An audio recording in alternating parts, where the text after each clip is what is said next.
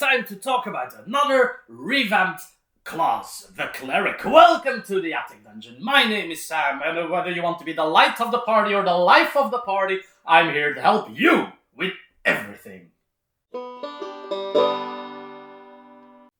I should probably remember to do these more often again, but thank you for watching me if you have not yet done so. There is absolutely no reason why you should not click the like button, why you should not subscribe if you think all my stuff has any value to your game. But even if you think you don't, just click the damn thing and make me a happy man. Such a simple action with such a great result of happiness for somebody you don't really know. Sounds like a good deal. So yes, Clerics. You might be asking, Sam, how come you're doing just one now? You did like the Bard and the Barb last time. That was a lot of work. Exactly, that was a lot of work. I quickly realized that pushing two classes with the subclasses into one video takes a heavy toll on my time, but also on the intensity that I can invest in the video. As in, I can't go into full detail if I have to run to 6-7 subclasses and 2 full classes in one video. So I'm spreading them out again into normal videos, which should be fine. I'll get there eventually, as I always do. And it allows me to direct all of my attention today towards one of my dearest friends in D&D, the Cleric. Now, the Cleric, when it comes to spellcasting, still pretty much the same stuff, so skipping that all the way to their new level 1 feature, which is obviously not the domains that they get, but right at level 1, you pick whether you want to be a Protector, Cleric, or a Thaumaturge. Thaumaturge? Sounds weird, or Thaumaturge, I guess. That basically means if you pick Protector that you get heavy armor and martial weapons, and if you're a Thaumaturge, you get an extra cantrip, and your Arcana and Religion checks get a bonus equal to your Wisdom modifier. So you kind of pick more protection or more skill monkey and an extra cantrip, so more utility knife. There's actually reasons to pick both, obviously. It's never bad to have a heavy armor, even though dexterity is still kind of a god stat in the new version of the game. But hey, it allows you to style any subclass as you see fit, and I do actually prefer that over each subclass having the fixed thing, like Life always has heavy armor. No, now Life can actually be just the wise healer who's not necessarily equipped for heavy battle. Don't forget, Clerics still have a medium armor and shield, so you'll be fine in general. But it can make a difference. There's a few subclasses or maybe multi-class builds that will enjoy this Protector option. Channel Divinity. Some good changes here in general. Old Channel Divinity, you started with 1 use, got a second one at level 6, I think, and a third one up in the 10 levels. Now you start with 2 uses and you'll grow up to 4 uses. So you gain an additional use of Channel Divinity. Huzzah! They don't all reset on short rest anymore, though. So it kind of compensates. When you take a short rest, you regain 1 use of Channel Divinity instead of all of them. So short rest still have a use for you, but not as much as before. And that is maybe perhaps there's a new option now for Channel Divinity. So the basic still is turn undead. Go oogie boogie against the undead, they run away. They have specified, instead of just saying turn the undead, you now frighten and incapacitate them, and there's a bit more like rule-specific explanation to it, so that's not bad. But there's also Divine Spark. Now, as a magic action, which is basically the cast a spell action, you can use a charge of Channel Divinity to either harm an enemy or heal an ally. That's right, Clerics now have a baseline healing option in Channel Divinity, which is not a spell slot, so cannot be countered. That's quite nice. I don't think Clerics actually had that. A lot of other classes had it when they picked a healing subclass. I'm thinking Dreams Druid, Celestial Warlock, but the Cleric did not. Always had to rely on the spell slots, always ran the risk of being counterspelled. So it's 1d8 plus Wisdom of damage, Necrotic or Radiant, or 1d8 plus Wisdom of healing. 1d8 plus Wisdom is not a ginormous amount of damage. Still, it's the equivalent of a punch with a weapon, so it's at range. It's not horrible, in a pinch, but it does scale. At level 7, you gain an extra die. Basically, by the time you're level 18, it's doing 4d8 of healing or damage. It's good to have in your pocket along with whatever channel divinity option that your subclass will still grant you. But I like this is something that Cleric, I think, in 3.5 as well. This baseline harm or heal option that was separate from their spells. And this is good. I encourage this. Uh, Turn Undead has gained another. I think it's an upgrade. Turn Undead eventually became Destroy Undead, where if you successfully turned Undead, the DM would have to check, oh, these Undead are of a very weak CR, so they die instantly instead of being turned. Which was kind of schmeh. I mean, it's a visual cool thing, right? Your cleric goes like, I turn you all, ye undead bastards! And some of them just crumple into oblivion. But that would mean the DM was planting weak undead on purpose to allow your cleric to kind of obliterate them with a nice channel divinity, which creates a cool moment. But in reality, how often did that come into play? Now it becomes a seer undead, where basically when you do your turn undead and all the undead that fail take damage, and it's a nice pool of damage, to be honest, equal to a number of d8s equal to your wisdom modifier. So turn undead can now deal 5d8 radiant damage to a bunch of undead as well. And as we all know, quite a few undead are weak to radiant damage, so you add even more damage. This is good because it will always be relevant, no matter what undead has that failed your saving throw will receive damage and be feared on top of that. That's good stuff. I highly prefer that over Destroy Undead. It's still a cool moment. You still do cool stuff. Blessed Strikes returns pretty much the same as it has. You bonk for extra damage or you add wisdom to your cantrips. It receives an upgrade though. Later on, Blessed Strikes, the bonk one gains another d8, so 2d8. And the other one allows you, like a potent cantrips upgrade. You already add your wisdom modifier. You're not getting double that. That would make it too good. But you get to add temporary hit points to someone equal to twice your wisdom modifier when you cast a cantrip. When you deal damage with a cantrip. So it has to hit, which makes sense. It's fair towards the clerics that will favor the melee build, so to speak.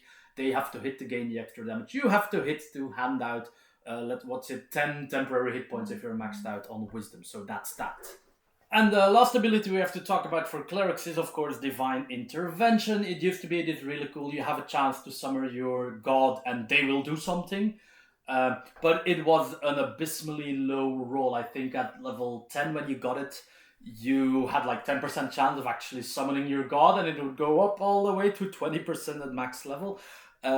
So in the line of wizards taking care of these very haphazardly chanced abilities, when you do it at the level that you gain it, which I still think is level 10, I don't really care, you basically get to cast a level 5 cleric spell for free. It doesn't cost you anything. It doesn't cost you a spell slot either. So just here's a level 5 cast for free, which is cool. It's diverse because you can use spells that you haven't prepared.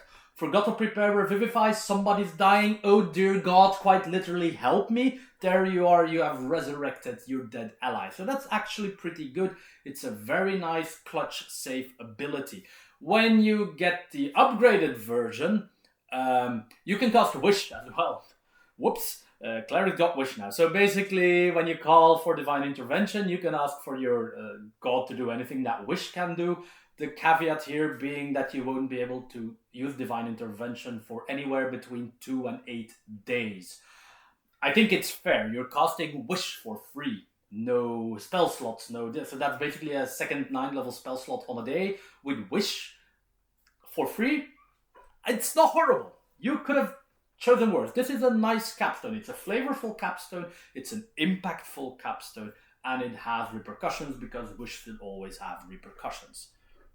That's basically the Cleric. As you know, full casters. Not a lot of core abilities. The subclasses then. I was kind of, after reading like the Bard and the Barbarian, oh cool, new subclasses. I came to the Cleric being very excited. And then I was like, not only do they not have a new subclass, they took away the bloody Tempest Cleric. They didn't take it away, I guess. I suppose they didn't revamp it. You can still pick this base Cleric, I suppose, with Tempest Cleric upgrades. I guess maybe they only wanted to rework these domains because they felt they needed an upgrade of some sort. But I was kind of hoping Tempest would remain. Also, there's no new subclass, so I was a bit disappointed there. Two old faithful ones have stayed, of course, Life and Light. Life is pretty much the same mechanically. All of the abilities still kind of do the same. You still heal extra when you pick it.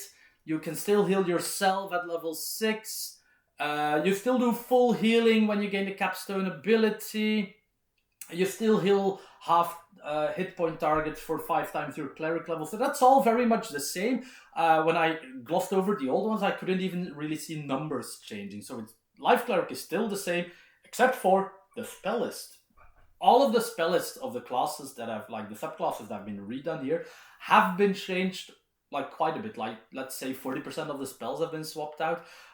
What immediately popped into my eye for the Life domain was that the free spiritual weapon prepare was gone, which kind of makes sense. I don't think Life should ever have gotten spiritual weapon as a prepare, because that's not what a Life cleric does.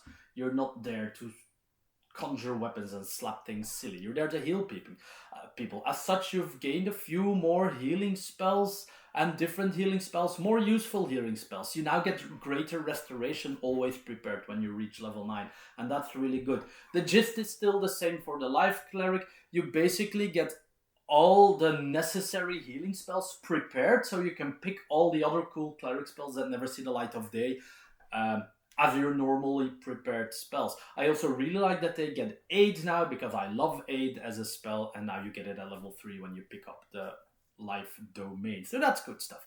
None of the spells are bad. They're all aimed at healing people. Like Death Ward is okay, I guess. It's always okay. It's always a bit of a gamble. But they're good. But other than that, Life did not really change much. Kind of the same for Light domain, except for one feature that has undergone quite a good upgrade.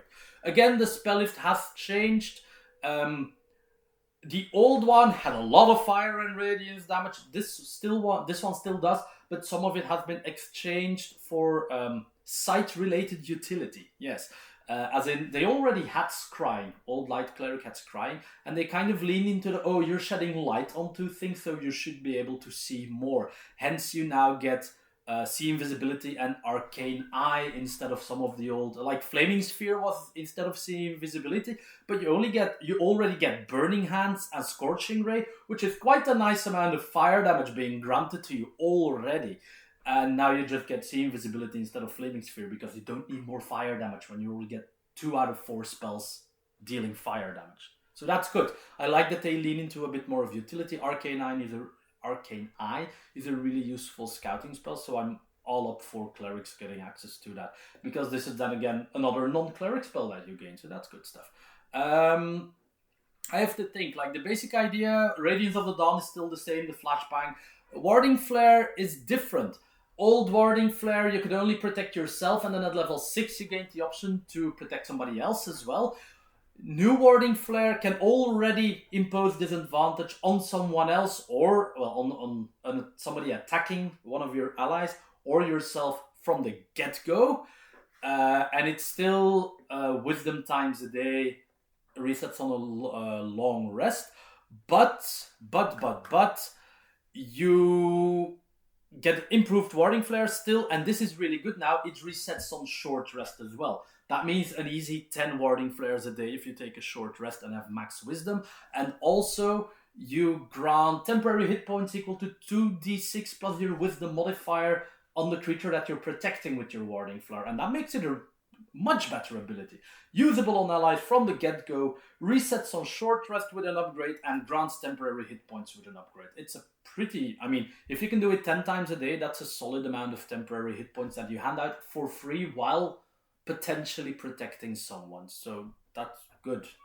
And then there's Corona of Light, which is, I think, still pretty much the same as well. You still shed a lot of light, and things still have disadvantage against your Warding Flare ability. They mentioned that one explicitly, which I like now. And the spells that you have that deal fire and radiant damage. So that's that good old Light domain still burning stuff. Trickery has undergone a few upgrades, and I like that because Trickery needed upgrades. I love the concept of the Trickery domain, but the execution was a bit sloppy here and there. It was an old subclass from the player's handbook. It's 10 years old. It could use an upgrade. Again, here, spells have been swapped out of your list. They have gained Hypnotic Pattern at level 5. That is a game changer. That is an incredibly strong and fitting crowd control spell for the Trickery Domain. They also gain Invisibility. They used to gain Invisibility through, like, I think their level 6 upgrades from the subclass. That's gone. That's something different now. But you gain it as a spell, which is honestly fine for me because Hypnotic Pattern, really. Polymorph is gone, but Confusion is there, and that makes more sense to me. You're distracting people and doing stuff. Polymorph was weird. Confusion fits really well. So again, here a few spell swaps that are flavorful and functional, so I'm all in favor. The Trickery Illusion, your Channel Divinity, still works exactly the same as far as I can see. You can still cast from it, but you have to use your own senses. You can move it. It grants you advantage when you attack. So this is one of those classes that might take the melee option instead of the improved cantrips, for what I care. Now, a cool thing is that when it's an upgrade that you get, instead of the invisibility one, you can now, when you use a bonus action to move your illusion, you can swap places with it. You can teleport to your illusion and the illusion teleports to you. This is cool to confuse enemies. This is cool to have increased mobility. This is cool for a number of reasons. It's a fun little bit of utility that doesn't cost you anything. As long as the illusion is active, it works. Fun stuff. Then, the capstone, which used to conjure 4 illusions for whatever reason that was useful. It's cool, but wasn't useful. Now upgrades your 1 illusion in a decent way. Step 1, and personally, this should happen sooner, but I love that they finally did it. The illusion now grants advantage to anyone next to it. Like, your allies now get advantage from attacking next to the illusion as well. That's really good. It's an easy way to grant some permanent advantage for your rogue, for your barbarian, for your fighters. So a lot of people are going to like that. It's a good utility upgrade. And when the illusion ends, you heal someone for a number of hit points equal to the Cleric level. Which it's a capstone, so when the illusion ends, that's your Channel Divinity, you still heal for at least 17 hit points, which is quite good, actually. I mean, it costs you nothing. The resource is already spent. You get the illusion, which now grants advantage to anyone willing to bonk the target you're aiming at, and you will heal someone for free at the end, which means that you kind of basically get the Divine Spark healing thing anyway, even if you use Channel Divinity for your illusion. So that's good stuff. I think Trickery has gained a few really good upgrades that make it more viable in the current D&D setting. And last but not least, when it comes to the Cleric, we have the War Cleric, the War Domain. In the past, the War Domain suffered from some awkwardness where it really wanted the Cleric to attack, but the result of that would be a bit lackluster, or they didn't have enough tools to fully fulfill that fantasy. That has been fixed somewhat. I mean, it's still not the full, like, I'm gonna whack you with my holy hammer, and that makes sense because that's what a paladin does. This is still a full caster. It doesn't need to be everywhere at once with their magic weapons, or holy hammers, or malicious maces, I don't care. But there's more tools. I don't think it's on the same level as, let's say, a Moon Druid usually is when it comes to melee combat, but the War Cleric can hold their own a bit better, or even more important, they can support their allies even better, because Guided Strike, which was the Channel Divinity of the old War Domain, it still is, but Guided Strike usually only served for yourself. If you were going to miss with an attack, you could pump your attack roll with a ludicrous plus 10 by spending a charge of your Channel Divinity. Now, this Guided Strike allows you to do it for someone else as well. You can still use it for yourself, and then it doesn't cost anything except a charge of Channel Divinity. But if somebody else is about to miss, you can take your reaction and Guided Strike them for the easy plus 10 to hit. Really helps nail down those critical rogue hits. Not critical hits for rogue, but like you want your rogue to hit because sneak attack, they only have 1 attack. Guided Strike is going to be a rogue's best friend. Since you will have multiple charges of Channel Divinity, like 4 in total, but they'll only reset once per short rest, as I already said, there's maybe more potential in this ability. Nonetheless, it's great that you can now buff your allies, because that is going to be a lot more useful endgame than buffing your own attacks, because you don't usually investing strength up to a level where you really want to smack things all the time. That's kind of the problem with these melee clerics in general. But like a solid 16 or 18 in strength and then guided strike will allow you to smack things really well. Domain spells have been changed, just like for all the others. The welcome new guest, of course, being spiritual weapon. They stole it from the life cleric and glued it onto the war cleric, which makes a lot more sense. So basically the war cleric gets all the offensive spells that the cleric has, so now you can focus on taking the other spells. So basically, like life cleric, I get the heals, I take the offensive ones, and the war one does it the other way around, kind of. Though he also gets like Crusader's Mantle, Fire Shield, those are not cleric spells if I'm not mistaken, Hold Monster, and Steel Wind Strike. And I love the idea of a cleric getting Steel Wind Strike. Steel Wind Strike is a spell, if you know Nightcrawler from the X-Men, that's basically Steel Wind Strike. You bump around hitting multiple things. And that's a really strong class fantasy for a war cleric, that when he channels the full power of the gods, he's able to just whack a bunch of things at once, and appear and disappear magically wherever he pleases. That's really cool. I love that they gave that to the War Domain cleric, and it gives him some flavorful ways of dealing damage within his domain. Again, I think they nailed the flavor of the domains a lot better than in old 5e. You still have the War Priest ability as well, the one where you can expend a charge, take a bonus action to expend a charge, and you gain an extra attack. You can still do that a number of times equal to your wisdom modifier, but it now also resets on short rests. And that is pretty big, because this is basically extra attack with a limited reserve. But now your limited reserve has easily been like doubled or whatever, because it resets on short rest. And obviously each of those hits can trigger the, divine weaponry or whatever, where you hit extra d8s, d8 or d8s depending on the level.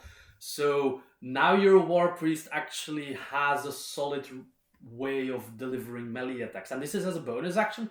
So you can cast a spell and then still take a bonus action to do this. So that is a nice way of outputting some extra damage and leaning into the other things that you have to make sure that you hit and that the hits hurt. So it's good. It works better. Now that you can have an easy 10 charges a day of this is nice. They get a new thing. Their capstone is new.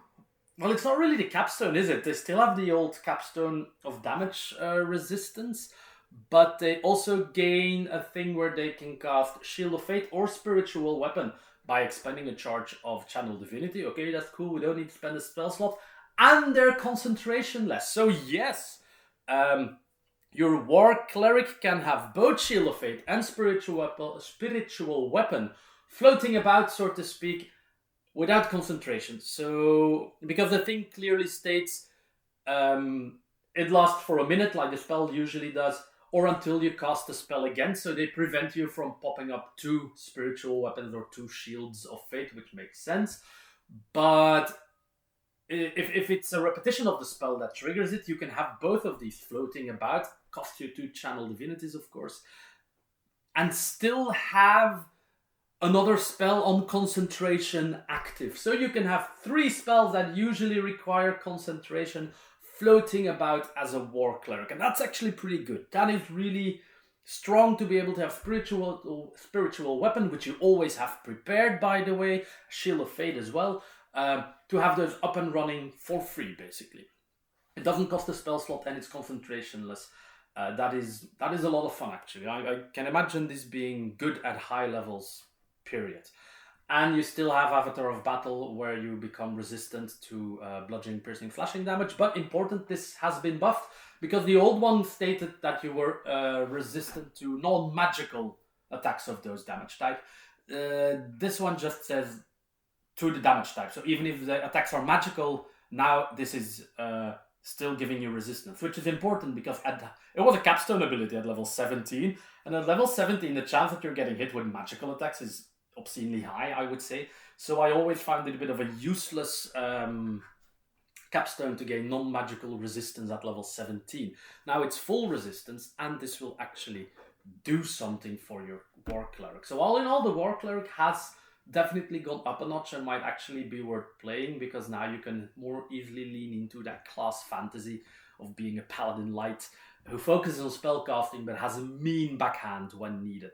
In general, I'm happy with what the Cleric has received. Not a lot of changes, but a few meaningful small changes, especially in the subclasses. I do hope Tempest gets a rework as well and appears at some point, because now we're moving on to the Druid, and for some reason they have gained the Tempest-like subclass, which did really piss me off because I never played Druids and I love playing Clerics. Anyway, on to the Druid.